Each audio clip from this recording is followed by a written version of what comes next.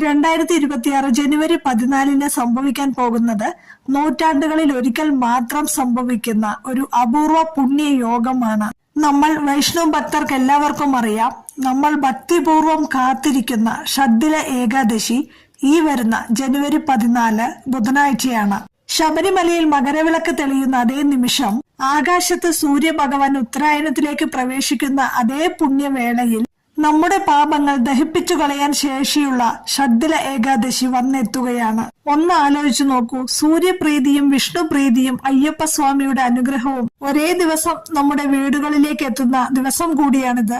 ഈ ദിവസം നിങ്ങളൊരു ചെറിയ തെറ്റ് ചെയ്താൽ പോലും അതിന്റെ ദോഷം വളരെ വലുതായിരിക്കും. എന്നാൽ ഭക്തിയോടെ ഞാനീ പറയുന്ന കാര്യങ്ങൾ ചെയ്താൽ നിങ്ങളുടെ 7 ജന്മങ്ങളിലെ ദാരിദ്ര്യവും പാപവും നീങ്ങുമെന്നാണ് വിശ്വാസം. എന്താണ് ഷഡ്തില? ഷഡ് എന്ന് പറഞ്ഞാൽ 6, തില എന്ന് പറഞ്ഞാൽ എള്ള്. അതായത് നാളത്തെ ദിവസം ഏറ്റവും പ്രധാനം എള്ളിനാണ്.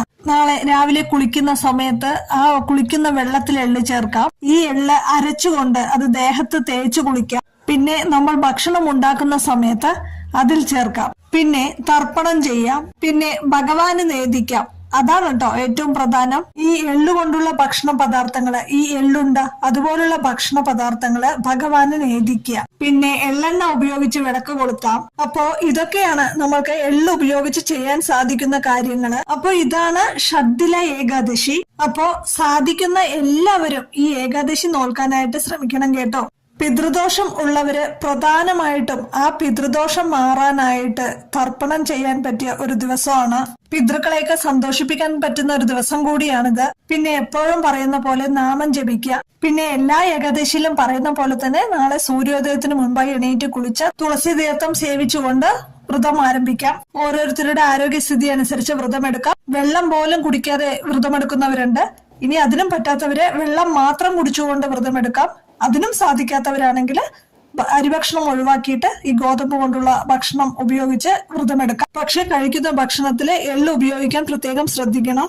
പിന്നെ രാത്രി ഒന്നും കഴിക്കരുത്. പിന്നെ 15-ാം തീയതി രാവിലെ ഇതേപോലെ സൂര്യോദയത്തിന് മുമ്പായി എണീറ്റ് കുളിച്ച് തുളസി തീർത്ഥം സേവിച്ചുകൊണ്ട് വ്രതം അവസാനിപ്പിക്കാം. അന്നും രാത്രി ഒന്നും കഴിക്കരുത്. ഈ ഏകാദശിയുടെ അന്നും ദ്വാദശിയുടെ അന്നും പകലുറക്കം പാടില്ല. എള്ള് ദാനം ചെയ്യുന്നതും ഏറ്റവും നല്ലതാണ് കേട്ടോ. അപ്പോ ഇങ്ങനെയൊക്കെയാണ് ഷഡ്ഡില ഏകാദശി നോൽക്കേണ്ടത്. ഈ ഏകാദശി നോറ്റാൽ അത്രയും നല്ലതാണ്. അപ്പൊ എല്ലാവർക്കും ഷഡ്ഡില ഏകാദശി നോൽക്കാനായിട്ട് സാധിക്കട്ടെ.